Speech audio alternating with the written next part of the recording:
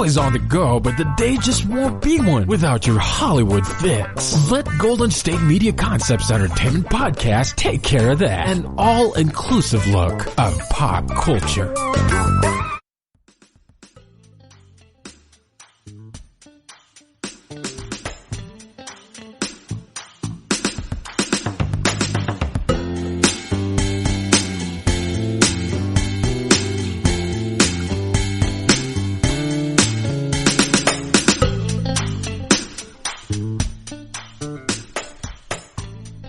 Hey guys, and welcome to GSMC Entertainment Podcast, brought to you by the GSMC Podcast Network.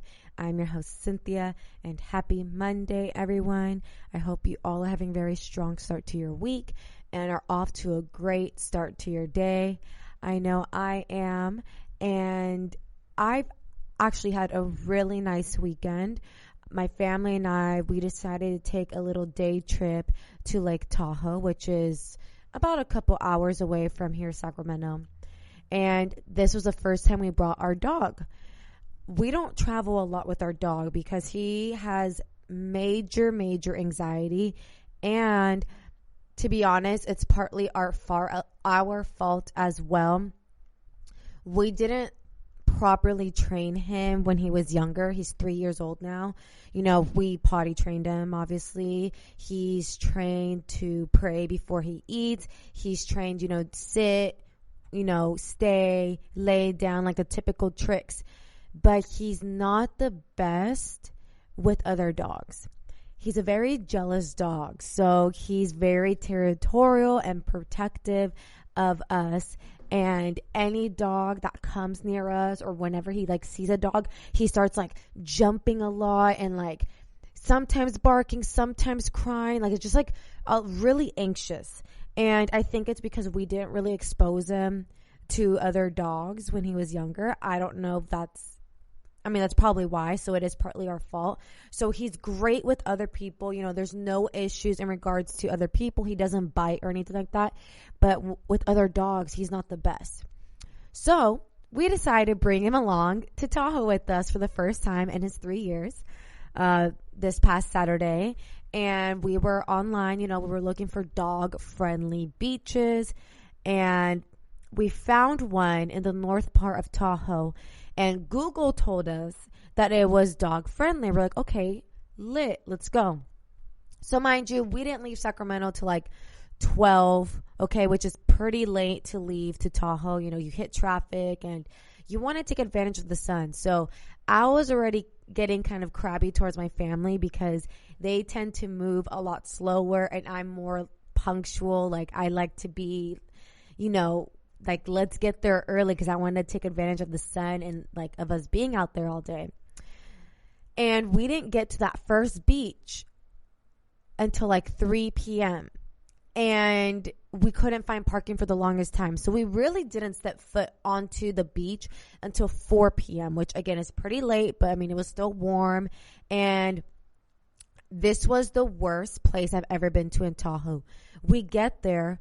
First of all, it is jam-packed side to side. It was a pretty small beach, so packed. Everyone was just partying, no social distancing happening.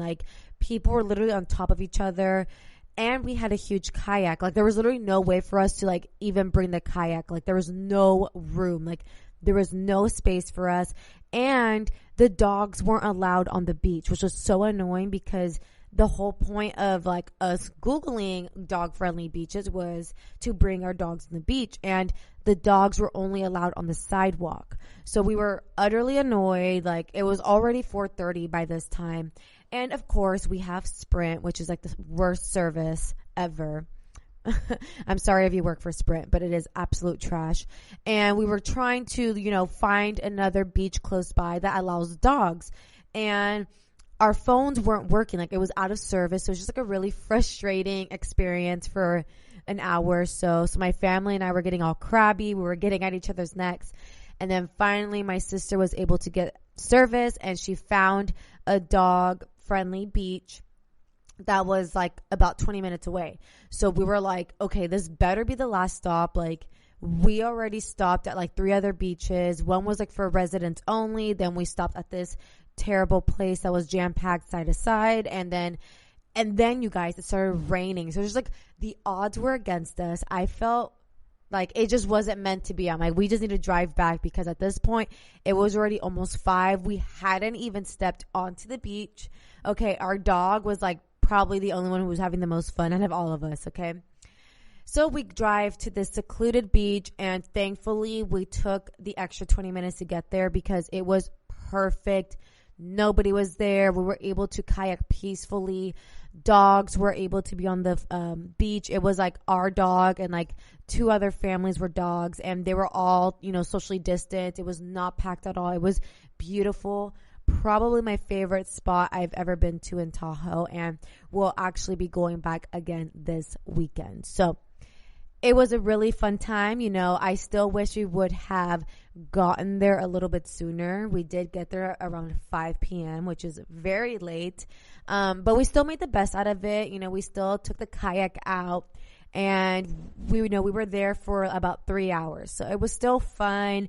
Our dog had a blast. Like, it was nice. So it started off sour, but ended up really sweet. So no complaints here.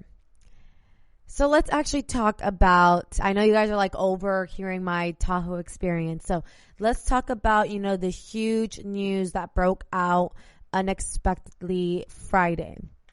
And it is the passing of Chadwick Boseman, actor Chadwick Boseman, who is mostly known for his very, very amazing role as the Black Panther, the Marvel movie Black Panther. I was in shock, okay? I was chilling at home, like in bed. I think I was watching a movie, and all of a sudden I subscribed on my Twitter app, to get like news breaking stuff tweeted at me. And all of a sudden I get a notification from Twitter saying, breaking news, Chadwick Boseman dies at the age of 43. And I'm like, what? Chadwick Boseman? I was like, the guy from Black Panther, like, I swear, like, he's so young, I was so confused. So immediately I stop what I'm doing. I'm on Twitter, and of course that's like the number one trending topic. And I'm scrolling through tweets, and I'm scrolling, and his estate posted a statement on his Twitter account as well as on Instagram stating, that Chadwick Boseman unfortunately passed this evening from colon cancer that he had been battling silently since 2016. And that is just crazy to think about, since for the last 4 years, Chadwick Boseman has been battling this illness silently, away from the public, away from the press. And he was still in those last 4 years delivering performances, movies. He was out killing it. He gave us Black Panther. He gave us Marshall. He gave us Jackie Robinson. I mean, strong is not even I don't know what to describe Chadwick Boseman, but he is beyond strong. Like, so selfless of him to do all of that, to put his body under that much stress and turmoil to be able to deliver action movies. Like, think about that. Chadwick was going through chemotherapy.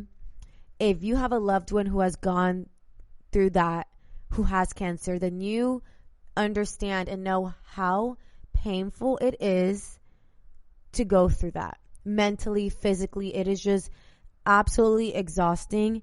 And for him to be going through that behind the scenes and then showing up in front of cameras and, like, trying to exude and push his body to the limits for these films, for us, the public, to enjoy, is just, like, I can't even put into words just how grateful we are of Chadwick Boseman and his amazing and deep impact within the entertainment industry, within the Black community, within little Black boys and girls, and we're going to get into more of his impact in the next segment. But it's just so tragic. There has been so much death and loss this year, especially, within the Black community. They've been mourning loss after loss after loss, starting, with Kobe Bryant back in January, February. I mean, we lost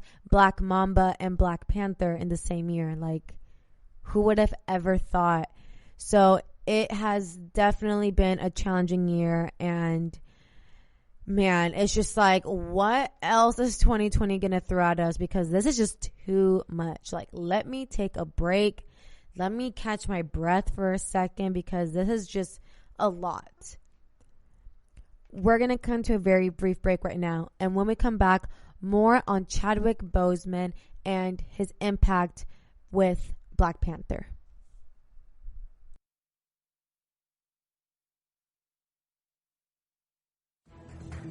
Want to find out what movies to go see? Then check out the GSMC Movie Podcast. It's your ticket to the latest movies, whether it's a new blockbuster event, romantic, comedy, or action flick. This show has got it all covered. They talk some what to go see now, don't bother, what's hot on Netflix, and everything in between. That's gsmcpodcast.com/movie-podcast. When it's all about the movies, it has to be this new show. Don't forget to like them on Facebook and follow them on Twitter. Visit gsmcpodcast.com for more info.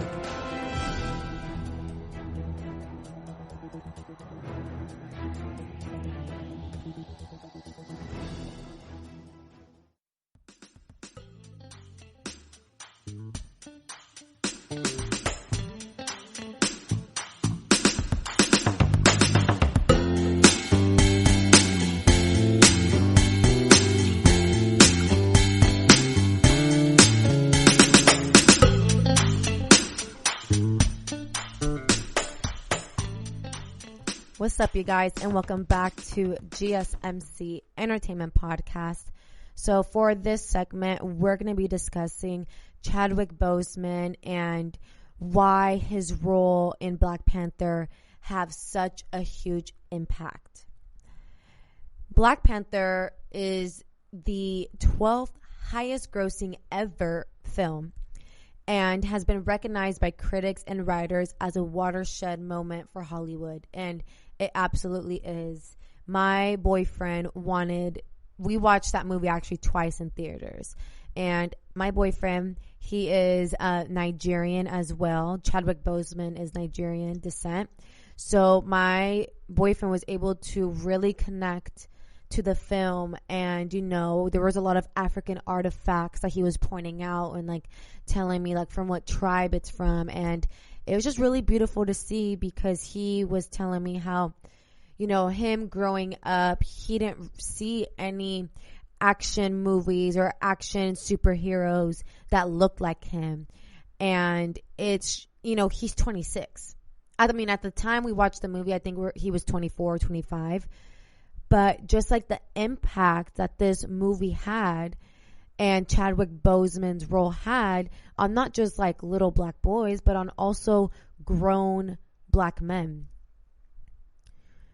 Chadwick Boseman's death at just the young age of 43 has stunned the movie world and just everybody in general.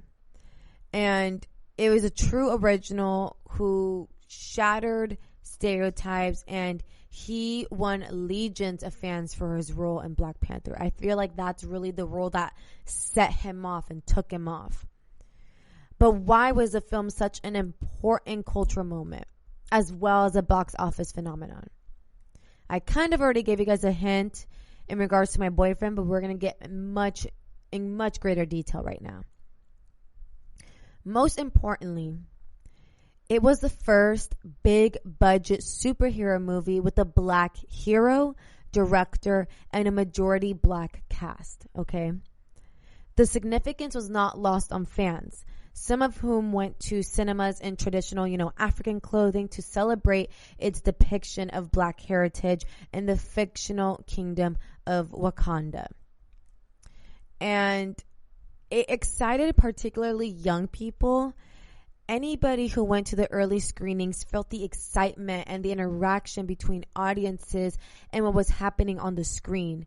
I remember when we went to the theater, it was like such good energy. Like, people were actually like clapping and like cheering on, you know, the Black Panther, which is kind of, you know, not common to do in movie theaters. Like, if people make any type of noise, we're like, shh, shut up. You feel me? But not for Black Panther. Like, it was such significant cultural importance. And the director, he said the film destroyed the idea that Hollywood couldn't make big money from films dominated by Black talent. And, you know, Chadwick Boseman, he absolutely delivered in terms of projecting the character and exciting people, particularly young Black people, in terms of possibilities of how society could be changed. In the cultural space of the film industry, it is undoubtedly a milestone, okay? And the commercial success of the film, currently the 12th highest grossing of all time, was backed up by critics and many Black writers who praised it as a watershed moment when it was released in 2018. Rather than dodge complicated themes about race and identity, the film grapples head-on with the issues affecting modern-day Black life. Those of us who are not white have considerably more trouble not only finding representation of ourselves in mass media and other areas of public life, but also finding representation that indicates that our humanity is multifaceted. That's what journalist Jamil Smith in Time magazine wrote in regards to the cultural impact of Black Panther. The New York Times called Black Panther a defining moment for Black America.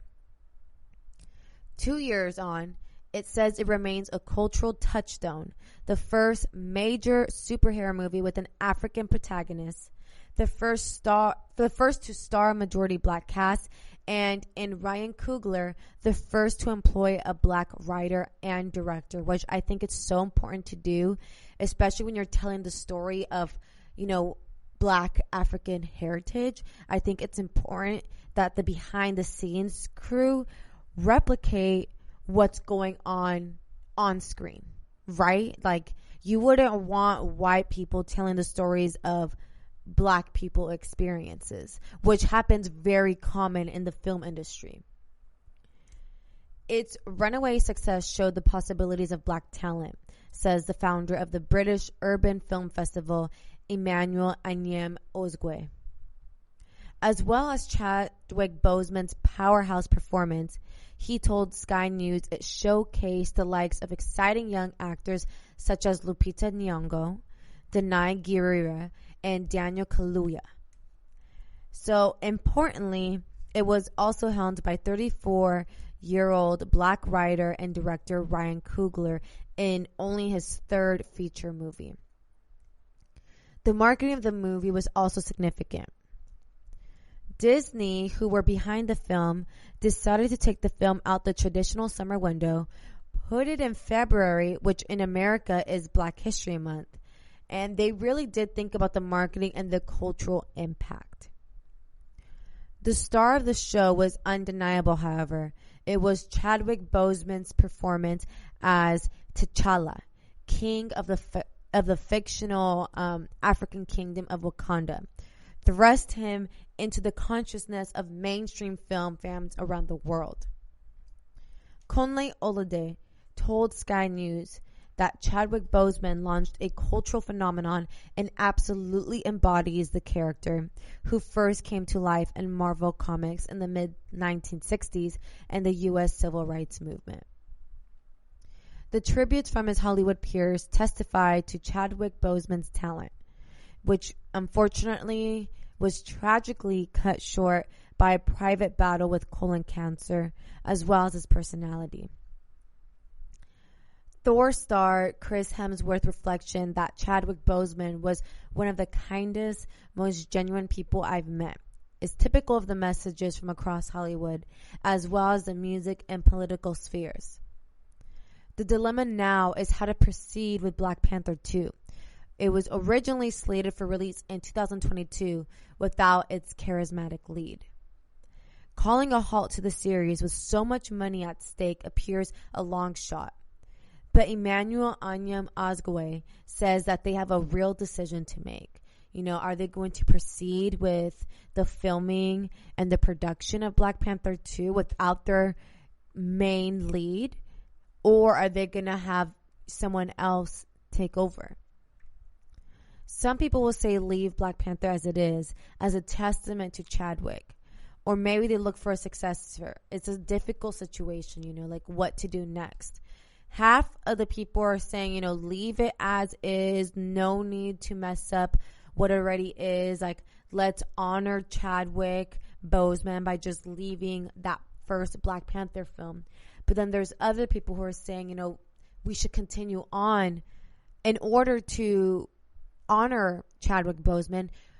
They should continue on with the production, and they should continue on with the filming and screening of Black Panther 2 to honor Chadwick and, the work that he did in his role of the first movie. So I'm not really sure what's going to happen with that.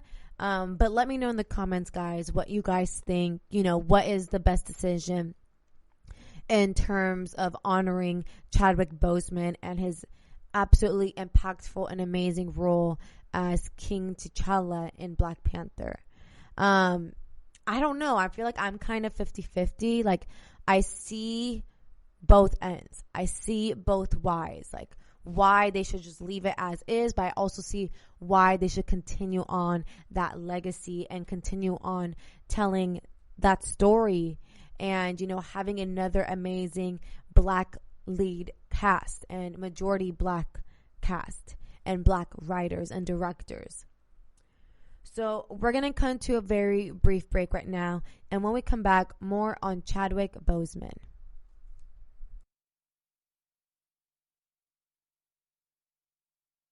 Tired of searching the vast jungle of podcasts? Now listen close and hear this out. There's a podcast network that covers just about everything that you've been searching. Hey! The Golden State Media Concepts Podcast Network is here.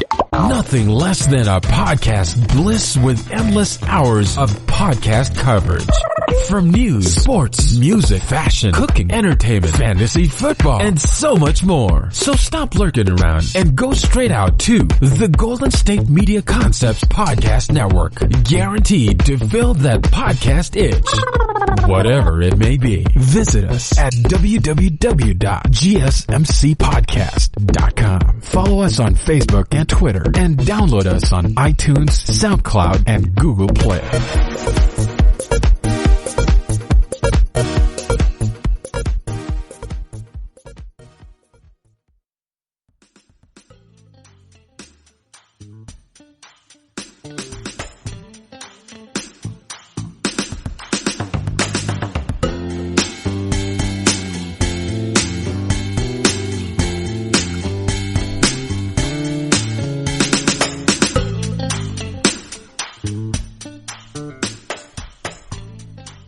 Hey guys, and welcome back to GSMC Entertainment Podcast.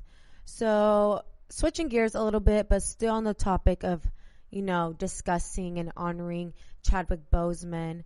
We're going to talk about how actors Keke Palmer and Denzel Washington honor Chadwick Boseman. Keke Palmer honors Chadwick Boseman in a 2020 MTV VMAs monologue, which took place yesterday. And in her opening monologue, the host and actress remembered the Black Panther star by calling him an actor whose talent and passion is a true inspiration to all the fans he touched and everyone he encountered. And, again, it's just so sad. She continues to say, "We dedicate tonight's show to a man whose spirit touched so many. He's a true hero, not just on screen, but everything he did. His impact lives forever." And this is Keke Palmer's first hosting gig since her ABC morning talk show, Strahan, Sarah, and Keke was canceled. And Keke Palmer announced that she would be hosting the annual awards show earlier this month while having a one-on-one chat with True Jackson, the fictional character she played on the Nickelodeon show True Jackson VP.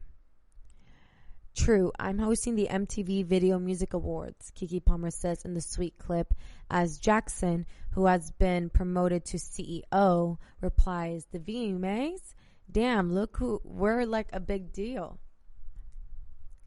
In a statement, Bruce Gilmer, president of music talent, programming and events for Viacom CBS Media Networks, said, "We're thrilled to have the multi-talented Keke Palmer as this year's VMAs host.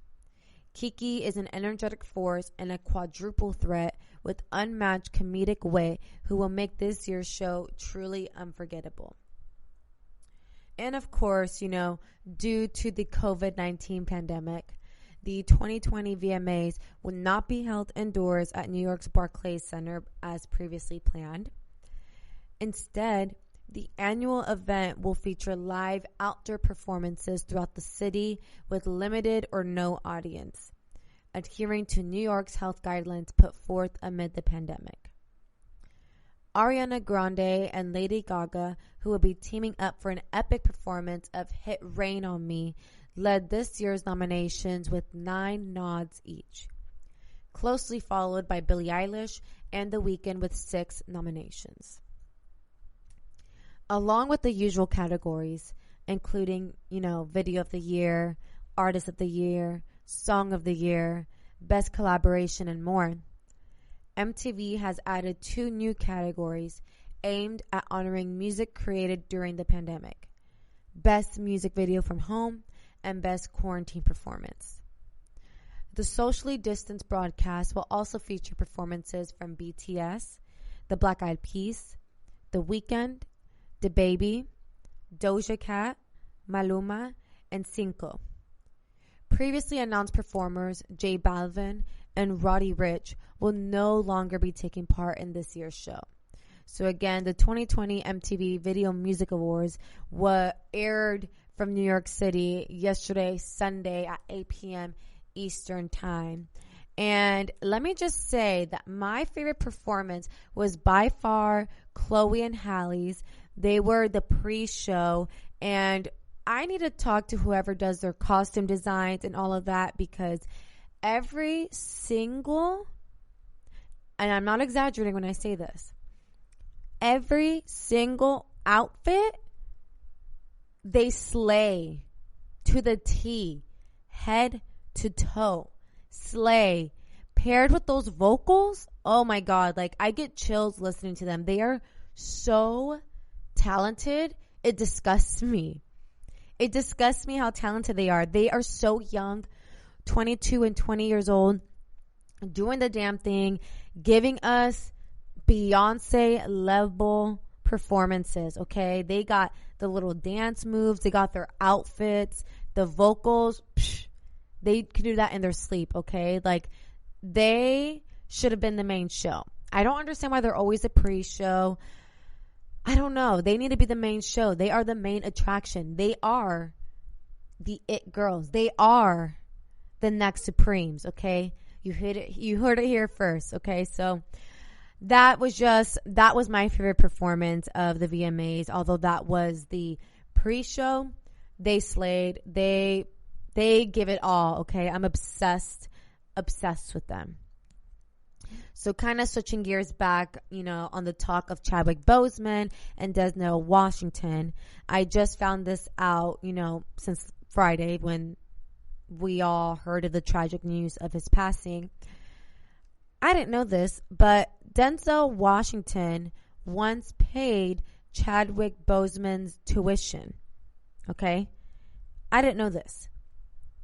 Chadwick Boseman was referred to as the next Denzel Washington, and the first one has remembered Boseman as a gentle soul. Denzel Washington's rep released a statement, paying tribute to Boseman, who, again, unfortunately passed, And his statement was that he was a gentle soul and a brilliant artist who will stay with us for eternity through his iconic performances over his short yet illustrious career. God bless Chadwick Boseman. That was the statement that Denzel Washington gave. And on Sunday night, ABC aired the special Chadwick Boseman, A Tribute for a King, following a commercial-free airing of Black Panther. During the special, famed actress Felicia Rashad told the story of when she mentored Chadwick Boseman while teaching at Howard University when he was a student there. Felicia Rashad said she received a call that a group of her students had auditioned for and been accepted into the British American Drama Academy's Midsummer program, but would not be attending because they couldn't afford it. Felicia Rashad said, I made a phone call to a friend of mine, and he called me back, and we talked about it for about 5 minutes, and he said, okay, I got this money. And that friend was Denzel Washington. And Chadwick Boseman gratefully recounted the story last year during a speech honoring Denzel Washington when Denzel Washington was selected to receive the American Film Institute's Lifetime Achievement Award in 2019. As fate would have it, I was one of the students that he paid for, Chadwick Boseman said. Imagine receiving the letter that your tuition for that summer was paid for and that your benefactor was none other than the dopest actor on the planet. Chadwick Boseman added that he knew his story was not the only one of its kind, and added that an offering from a sage and a king is more than silver and gold. It is a seed of hope, a bud of faith. There is no Black Panther without Denzel Washington, Chadwick Boseman said. And not just because of me, but my whole cast, that generation, stands on your shoulders. A visibly moved Denzel Washington gave Boseman a standing ovation following his speech. If you guys haven't seen that video, it's so touching, you know, just so sweet of him to pay his respects to Denzel. And like, it gets me almost choked up because it's just like, again, so much loss and death this year. And it's like, we just gotta love on our people, y'all. We gotta love them loudly, love them every day.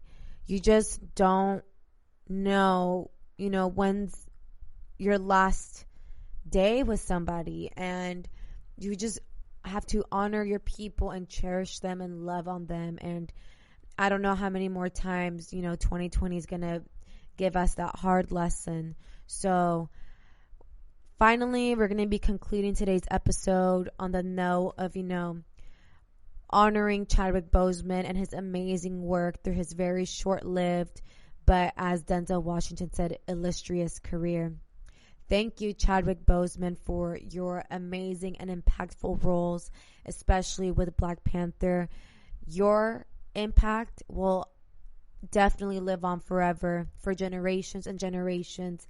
Little Black boys and girls are going to look at Black Panther and relate to you and honor you. And for that, we are so grateful. Thank you for being so selfless these last 4 years, battling cancer silently on your own terms. And, you know, we will honor your name and F cancer. So you guys, that's going to wrap up today's episode here at the GSMC Entertainment Podcast. If you enjoyed today's episode, please don't forget to like, share, subscribe, comment, and I'll catch you guys here next week.